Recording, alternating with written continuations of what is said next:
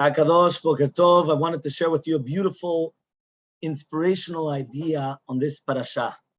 Do you know that in this parasha, Vayikra, it starts Vayikra with a small Alef, meaning if you take the Sefer Torah and it says Vayikra Moshe, the Alef is small. Do you know that there's 11 different reasons brought down? The Mesorah brings down Vayikra with a small Alef, and there's 11 different reasons. The Balatunim is very, very famous because the Balatunim says Moshe was very, very great, but he was very anav. He was very, very humble. So he didn't want to write Vayikra that HaKadosh Baruch Hu is calling out to Moshe. So he wanted it to be written Vayikar. Right? Vayikar is Lashon Mikre, just like what happened by Amalek. Everything Asher Karecha Baderech, everything that just happened, it happened to be, it was a coincidence, right? Just like by Bilam, but not the Be'emet, HaKadosh Baruch Hu was calling Moshe Rabbenu. He was very, very humble. So therefore he wanted to show that it was like in a dream, just like what happened to Bilam. That it was only just happened to be. And HaKadosh Baruch Hu comes and he tells him, you have to write the Aleph. But then because Moshe Rabbenu was such an anav, he came and he wanted to write it very, very small, right? Than all the other Alephs. And that's why you have the small Aleph, which is written in the Torah. Therefore, when we come and we want to speak about anava, we speak about Ekev anava, Yirat Hashem, Osher v'chavod v'chayim. What does that mean? We come to understand, right, that especially also when we're coming towards whether it's going to be, the Nisan, and even by Mordechai, something incredible that you could learn from the Anava of Moshe Rabbenu. The Midat Anava, as we just mentioned, was like what we just said right over here. And, right, do we ask ourselves, right, what exactly is happening? Right, obviously, Moshe Rabbenu was very, very exact. So something had to be happening over here that Mamash, he wanted to make it a little bit smaller, okay? So the Balaturim, as we already just brought down, comes, and he says what we've just mentioned right now. And the Baalei Musar come and they explain as follows. Midat Anava was so great by Moshe Rabbenu. Being humble was so important that a person cannot get anything without being ananav. And that's why, right, we actually understand that the Ratzon of Moshe Rabbenu was that we know Mechalim alav Shabbat achat kedei shekayem Shabbat tot harbeh, which means sometimes it's fitting to lose certain limudim, certain things which you could have learned from in order to actually be zocheh to a lot. What does that mean? If right now Moshe Rabbenu comes and he writes the letter Aleph smaller, we know that Rabbi Akiva later on every single crown, he was doresh so many halachot. So if Rabbi Akiva comes and he's being doresh and he's expounding on so many dirashot and so many things, right? He's coming and he's expounding upon in order to understand, right, what it is, right, this importance. So one second, if you're now writing the letter smaller, we're missing out. How could Moshe Rabbenu come and miss out on so many teachings? Rabbi Akiva can't learn that much anymore because you decided to make the letter smaller. But rather, according to what we just explained, it comes out beautiful. If a person is brought down to the halacha, let's say a person was captured, and you have to be mechalel Shabbat to go to protect them, you're allowed to be mechalel Shabbat. Why? Because it's better to be mechalel Shabbat once in order to keep many Shabbatot. W8 Business Audio. Because what happens is that when a person, right, they don't realize what goes on, right, what happens is that all of a sudden, right, they get captured, and then they completely get lost from Judaism. So therefore, we are allowed to be mechalel Shabbat in order to keep a lot of Shabbatot. So the Baalei Musar says, Moshe Rabbenu understood that the greatness of Anava is where you're able to get everything. When a person's humble, they're able to understand more, they're able to gain more, they're able to learn more. Ekev Anava Yirat Hashem. The person has humbleness, he's got Yirat Shamayim also. And therefore, Moshe Rabbenu felt that even if we're going to lose out in the letter, because now we're making it smaller, the gain, to learn what it is to be anav is so much greater that it's worth it. Because in the midat anava, we're going to acquire, right, much more, right? This is how important it is, right, in the concept. I wanted to share with you, Rabbi Frand, on this week's Parashat. We have it in the bulletin, something incredible. He says, look, lehavdil elef avdalot, lehavdil, to separate. Look at what it is, this world, right, and what it is, the world of the Torah.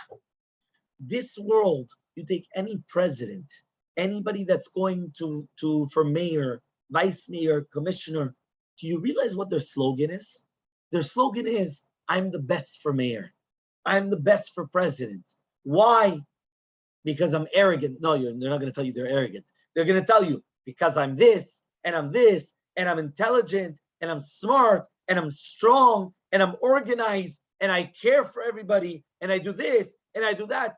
Everything's I'm the one that's fitting for office. The other guy, he's not fitting for office. Why? Because he's got this flaw, and the other flaw, and the other flaw, and the other flaw. And then the other guy goes vice versa. No.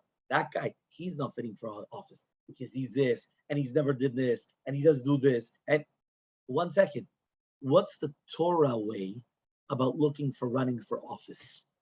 You know what the Torah way of looking for office is? Right? Moshe Rabbenu is the perfect example. He's the pedagogue. He is the main, right, example of what it is to run for office. You know why? HaKadosh Baruch Hu comes to him and he tells him, listen, I want you to come and to redeem Bnei Yisrael. What does he say? I am not worthy. Look for someone else. You've got Aaron Kohen. You've got this, right? Okay, fine. He continues. No, convincing him. You have to convince him to take office. You have to convince him that he is the worthy one. He says, I am not worthy. Why are you taking me? Right? It doesn't make sense. Right? It completely doesn't make sense. Right? What's going on exactly? So he comes and he says, right, something incredible. He brings down that it once happened with a Chavetz Chaim. Yeah? That he says it was an older person, right, that he was a Tamil Chacham. And he wanted a lot of kavod. But since he was always running after the kavod ran away from him. So he comes, right, he came finally to the Chavetz Chaim and he was upset. And he tells the Chavetz Chaim, I don't understand what's happening. Why is it, right, that all of a sudden in this case, right, I'm deserving of kavod, but they don't want to give me the kavod. So he comes and he says like this, says the Chavetz Chaim, I'm going to tell you something, right? We know that it says, Kol haboreach achar kavod, right? Kavod boreach mimenu. If you run after honor, if you pursue honor, the honor runs away from you, right? Because this is what you're pursuing. So it will run away from you. So he comes and he says, you should know, right? It could be that you have to understand a lot of people in life, even if they're running after it, it will run away, whether you like it or even if the person was fitting for honor, right? But he says, but I also saw the opposite. If you run away from the honor, the honor will run after you. And that I saw firsthand. Why? Because I'm such a little person. I'm a nobody. And for some reason, they always give me kavod. That was the musar that the Chavetz Chaim came and he gave this man. This man that he was looking for honor, nobody wanted to give him honor. Why? Because he only was looking for honor. So therefore, even if he was fitting for honor, he didn't get it because the honor ran away from him. The Chavetz Chaim was such an anav. He went and he told the guy, but I saw the opposite. I am not fitting for honor. But for some reason, right, they come and they're just honoring me all day. And I don't even know why. That's the difference between the Torah and the mundane world. The mundane world, they're only looking for myself. I'm fitting for becoming vice mayor or mayor. The other guy, how could I even vote for him? It doesn't even make sense. I'm the one, right? And then if you think about it, what happened with Moshe Rabbenu? Just like we mentioned, he comes and he runs away. He doesn't want. He goes to Paro. And when he tells Paro, let the Jewish people go. Paro says, Mi Hashem, who's Hashem? Who's, what are you talking? Get out of here. HaKadosh Baruch Hu saw Moshe Rabbenu. He did his job. And when he was rejected by Paro, he sat down on the sidelines. He wasn't going to do anything. Comes HaKadosh Baruch Hu, he says, hey, hello, Moshe, you still got a job. I gave you a job. He said, well, I did my job. I went to Paro. Paro didn't even he didn't even pay attention. Come on, no, I've done my job. Get somebody really behemet that's worthy of it. you see in and out the importance that for him it was nobody. It was nothing. Because somebody that's truly enough, it's something completely different. Somebody once came to me and they go, Rabbi, I've got a lot of Yirat Shamayim and I've got this. I was going to tell him it's false. Because if it says in the Pasuk, Ekev Anava Yirat Hashem, right, there's a Pasuk in Mishleh, Perek of Bet, Pasuk Dalet. Ekev Anava Yirat Hashem, Osher v'chavod v'chayim. It means if you have Yirat Shamayim, it means that you're an Anav. If you're an Anav, you have Yirat Shamayim. Because it basically goes back to where it belongs to. When you come and you attribute everything that you have to HaKadosh Baruch Hu, the kavod comes back to you. Why does it come back to you? Because it shows that you realize that it comes from Hashem. Nothing that we have is ours. Our wisdom is Hashem. Our memory is Hashem. Our riches, our wealth is Hashem. When we come and we attribute everything back to Hashem, and we're not going to be arrogant or haughty, right? And then then what happens? The HaKadosh Baruch Hu comes and he says, I'm going to give it back to you. And that's why it's so important for us just to remember this message, because I think this is the concept, right, that we have to understand about being humble. Humble people, they are accepted.